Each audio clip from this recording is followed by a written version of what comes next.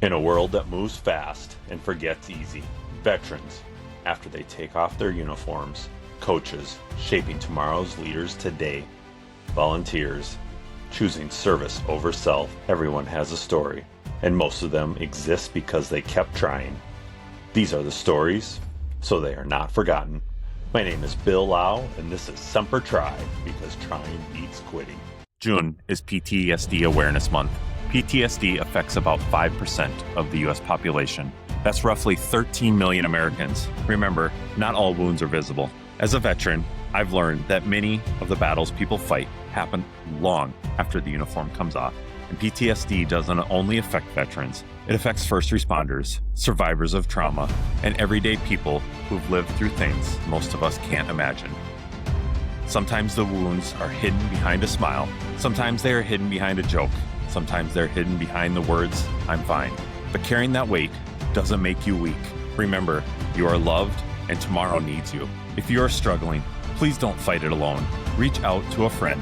Reach out to family. Reach out to another veteran. Reach out to a professional. There are people who care about you. There are people who want to hear your story. There are people who would rather listen to your struggles than not have you here tomorrow. And for those of us on the outside, let's check in on our people. Send that text, make that phone call, invite them for lunch, invite them for coffee, or a round of golf, or just a conversation. You never know what someone may be carrying. One of the reasons I started Semper Try was because I believe stories matter. When people share those stories, they realize they are not alone. And sometimes hearing someone else's journey gives us the strength to keep going through our own. If you are in crisis, call or text 988. Veterans can press 1 to reach the Veterans Crisis Line. Remember, stay, keep trying. Your story isn't over. Tomorrow needs you. Welcome to Semper Try Podcast. This is John Pietruszewski. There you go. I say I won't even attempt the last name, but thank you for joining me, John. Oh, you're welcome, Bill. So where did you grow up? I grew up in Northeast Minneapolis, went to Edison High School, graduated, and then went to the U for a year and then went into the Army. Went in the Army. So you decided college wasn't for you, or? No. Eventually I knew I wanted to be an engineer, but I had a stronger desire to go in the Army. Okay. Were your parents, grandparents, anybody like that military? My dad served in the Navy during World War II, and I had my mom's brother served in the Navy in World War II and was actually killed in the Battle of the Midway, and he was buried at sea. So my folks really weren't excited about me wanting to join the Army, but my dad said, well, why don't you go to the U for a year and then see what your draft number is, and then make a decision based on the draft number. So that's sort of what I did. I had my lottery number was 26, and I knew the previous year, so this was 71. So I knew the previous year they drafted well close to 200. And with 26, I knew I would have been drafted. So the next day I went down to the local Army recruiting station and enlisted for 2 years on a 6-month delayed entry program. Okay, and this was 71? Yes. Okay. Then I went on active duty in March of 72. So did you get to sign up then as an engineer in the Army? Or? No, my goal was to go into Army Special Forces. Okay. The guys that wear the Green Beret. Mm-hmm. It was, the song came out in 66. The book was out in 67 or so, and the movie hit the airwaves in 68. So there was interest in it, and I read all the books, and so I was really interested. And at that time, there really wasn't a designated way of getting into Special Forces from an enlistment point. So I just enlisted for Infantry Airborne and figured once I went through jump school, I'd be able to figure out how to proceed to the next goal. And so did you ever figure that out? Or? Yes. When after I was at Fort Knox for basic training, and then after basic training, I went to Fort Ord for infantry AIT, which is advanced individual training, which is the MOS 11 Bravo. I got there almost a week or week and a half before my scheduled class started. So I was wandering around the post one day and saw Special Forces recruiting station. So another guy and I, this was right at Fort Ord, walked in there and said, we're interested in volunteering for Special Forces. We are already guaranteed jump school. So he took us and we did a PT test and a swim test in our fatigues and boots, and then signed some paperwork, and that started that road. Okay. So what, step back just a little bit, going to boot camp, what was your initial, was it shock or thoughts on that showing up? Listening to some of your podcasts, I've been thinking about that. And when we left the Minneapolis recruiting station on a late Friday after 5 o'clock, we took a city bus from downtown Minneapolis to the airport. There was 17 of us going to Fort Knox, and we were all from Minnesota. Some of them were in the National Guard going to basic training. Didn't get to Fort Knox until 10, 11 o'clock at night. They were very accommodating, and they gave us field jacket, a hat, and a hot meal, and showed us where we were going to stay in the barracks. And they just kind of left us alone until Monday. And then Monday, then it was a completely different thing. Then the drill sergeants were there. But it seemed like for the first 2 days they were with us and we were getting our uniforms issued, all that stuff. It wasn't, they weren't screaming at us or anything like that. It seemed kind of different. And then once we got into I'll call it the basic training company area, then the drill sergeants became drill sergeants. And if you get your yelling at, then yes, and you toe the line or you do push-ups. And right away when we got into the barracks and we were being assigned bunks, and then we were all lined up along the bunks, somebody did something, and right away the drill sergeant put him told him to do push-ups, and then put him in a upper plank position when he was done with his 10, and kind of left him sitting there or, in that plank position, and kind of forgot about him a little bit. And soldier was starting to struggle. And so he was making setting an example for us that if you screw up, you gotta pay the price. About you. You're gonna pay the price. Pay the price. Okay. So how long was Army? Is it probably the same as now, or how long was boot camp back then? Basic was 8 weeks. Okay, so probably about yeah. And then they sent me home for 10-day leave, and then I went to Fort Ord, Fort Ord, California, for the infantry AIT. And Fort Ord is around Monterey, California, and it's along the coast. And when you're in the main barracks area on Fort, it's really cold and damp.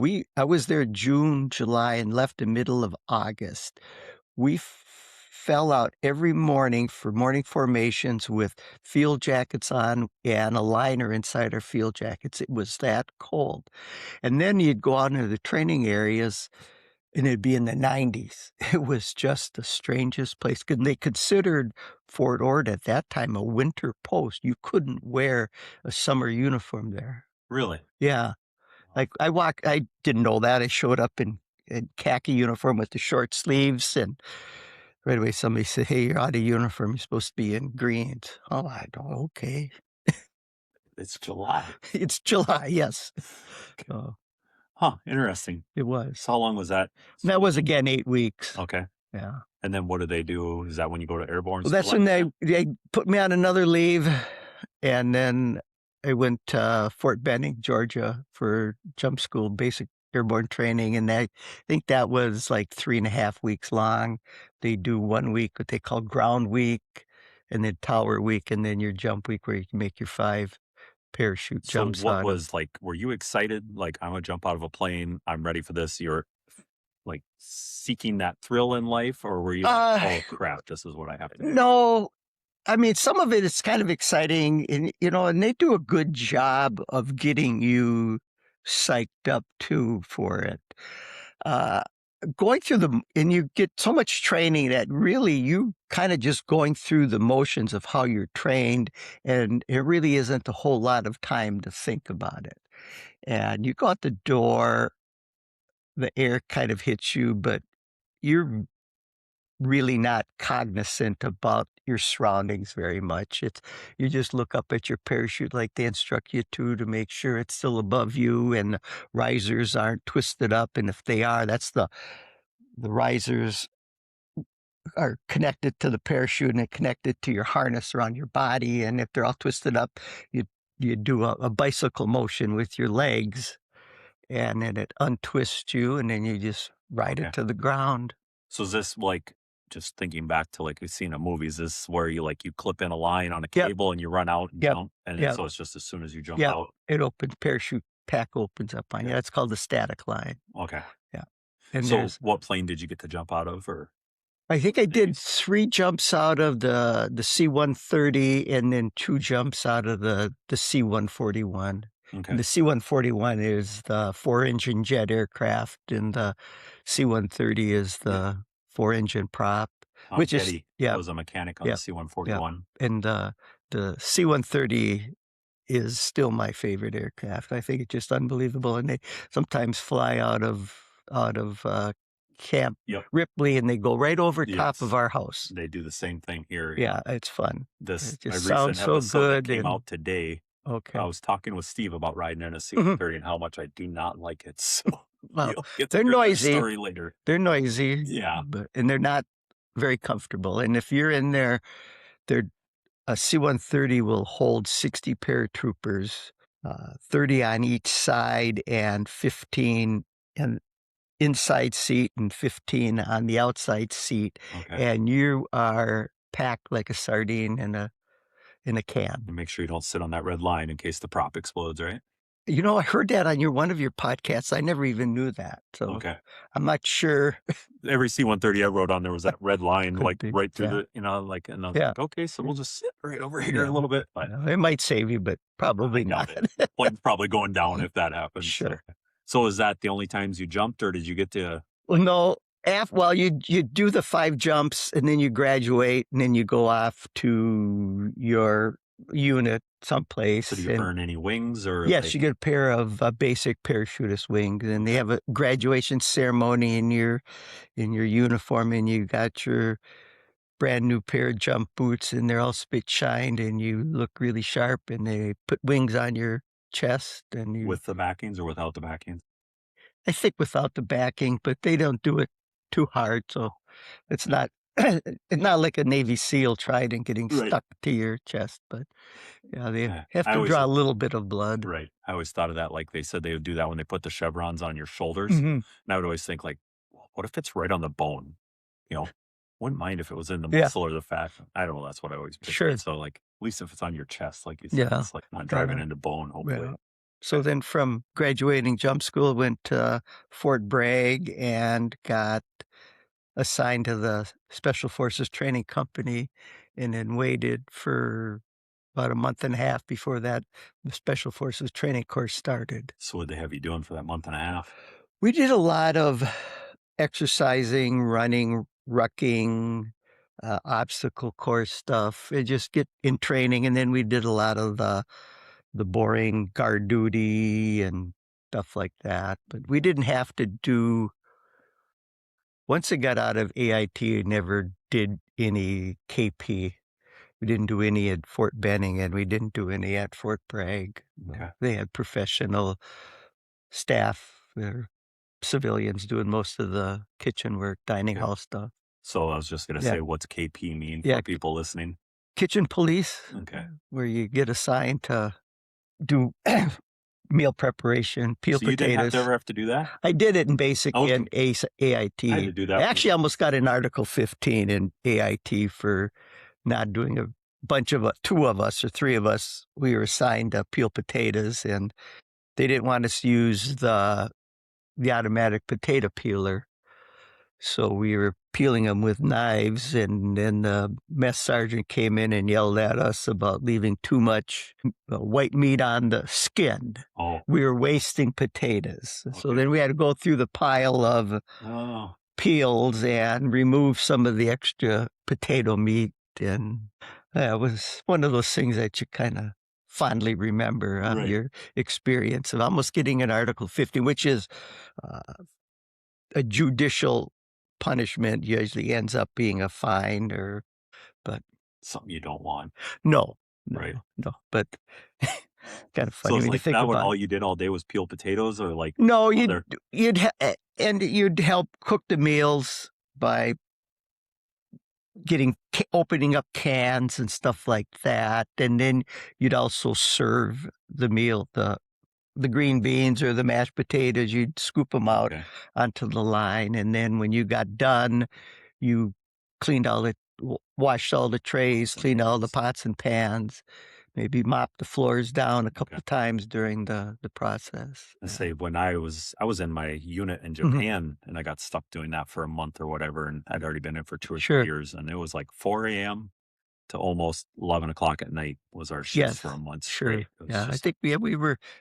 Our mess halls were probably open from 6 until 5:30 or something, and then they would close it. But before and after, because I think they closed at like 8 at night. Yeah, and then when you were going through basic or AT, that day you missed, you somehow had to make up that training that you missed. Oh, I remember you went through I had KP when they did the evasion and escape, E&E. Then I had to go with another training platoon to, or company that in your year with a whole bunch of people you don't even know. And you're like 7 of you that had the KP that day. Now you're stuck with this other group of people, and you don't get out of any of the training. Okay. So starting Green Beret school then. Yeah. You've been in for what, 6 months now, roughly? Yeah, about that. Okay. Yeah. So what's that experience like? Like, it can't be easy. No, it wasn't. And it's made up of 3 phases. The first phase was around 4 weeks, where we were out at a remote site at Fort Bragg called Camp McCall. And we lived in wall tents with 4 guys to a wall tent. And we were there tail end of November through right before Christmas. So it was cold at times. We ate sea rations, which was a combat meal at the time, out of the little cans. We only had 3 hot meals the whole time we were there for that 4 weeks. And we did a lot of squad infantry tactics, patrolling, learning how to rappel out of helicopters, using the closed wall in the tower, and then actually rappelling out of helicopters. And we learned about some other extraction methods, like where they extract you out on ropes, and then they culminate with an exercise where you march into some area. We did like a 21-mile, we'll call it a force march, into an area, and then spent 5 or 6 days patrolling around in this area, setting up ambushes. And you've got people from like the 82nd Airborne coming out and acting as the aggressors. And so you're kind of like playing, cowboys and Indians type of a thing as you're growing up. But, so that was that. And then we had a short break for Christmas. And then we got into the phase 2, which was your MOS training. I was I was going to be a weapons sergeant. So we spent 6 weeks, I think it was 6 weeks, learning all about all of the weapons, rifles, mortars, everything that the United States Army uses and all of the communist blocs use. So we were familiar with every known rifle, pistol, mortar, from prior to World War I to the current inventory in 1972. Okay. Wow. And that was phase 2 of... Yes, Okay. phase 2. And then there was phase 3, which now a lot of them call Robin Sage, excuse me. And that again was 8 weeks or 6 weeks. And that was the capstone course where you put all of everything you've learned together and culminating in a big field exercise where you're working with a guerrilla force made up of locals and special forces cadre acting as partisans, and you're trying to convince them to do different things of like ambushing some train site or, stuff like that, like you see in the movies. Yeah. So that was, and then after that we graduated and then got assigned to a special forces unit. So who'd you get assigned to? I was assigned to a 7th Special Forces Group, and at that time, 7th Group was at Fort Bragg along with the 5th Group. Okay. And then, so this is roughly now 72? April of 73 is when I graduated and moved into the Special Forces Group. So I spent slightly more than a year in training, going through basic to SF graduation. Okay. And then, so did you get deployed with this or? No, I ended up spending all of my time at Fort Bragg and into different assignments. I was on a special forces team for a while and ended up getting an opportunity to go to the Special Forces Operations Combat Diving Course down at Key West, Florida. And that was a 4-week program. It was pretty intense. A lot of swimming, exercise, running. We had to culminate with every Friday you ran a distance. And the first Friday we ran 3 miles, then the next one was 5, the next one was 7, and the last Friday we were there, we ran 9 miles. And that's still the longest distance I have run to this day. And it was tough. And then I think our longest surface swim was 2,000 meters. And we're down at Key West, and the highest point at Key West is about 20 feet above sea level. You could barely see 2,000 meters out. You could barely see the shoreline.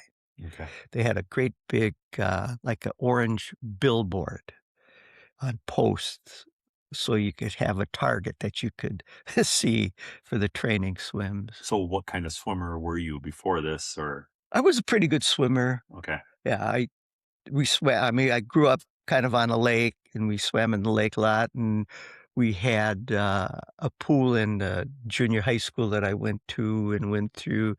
Actually, did a Red Cross swimming program where we came out as a Red Cross swimmer. So I could swim pretty well. Okay. In that, but I tell you and then we probably trained at Fort Bragg and in the pool and at a lake for a couple weeks before we went down to Key West. But the first time I went in the ocean was the first swim we made. We did a 500-meter swim, and it was without fins to determine who your swim buddies were. So the 2 fastest swimmers were paired up, and then all the way down that way. And we were all told, you wanted to swim that 500 meters as fast as you could. So you didn't want to get paired up with too strong of a swimmer, but then you also didn't want to get paired up with a swimmer who wasn't very strong either. So I ended up becoming on that swim the second fastest guy, and got paired up with the fastest guy, and we became good swim buddies. Okay. And then from once we showed up, because we ate meals at a naval facility, and once we got on training site, you had to be with your swim buddy within arm's distance of each other. And if you wandered too far from each other, even on breaks, you had corrective action. Oh, jeez. One time, one of them was you had this big, huge rope that had 2 loops on it. Then you had to wear that rope between the 2 of you while you were on the training site. So Because you drifted too far too apart. far apart, yes. So how long would they make you wear that, or did you ever have to wear it? I wore it, yes. I think just one day. Okay. Yeah. So, okay.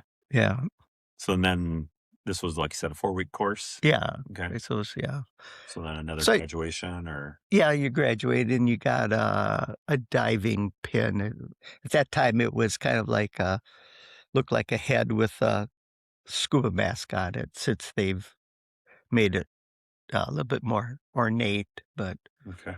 yeah, so that was pretty cool. Well, then back to Fort Bragg then after Yep, this? back or? to Fort Bragg, and back I was still on a, they call it an A team or an A detachment, ODA at that time, and one of the kind of a bummer about doing the scuba school, which was my team that I was on, deployed to Alaska for a couple weeks on a training exercise.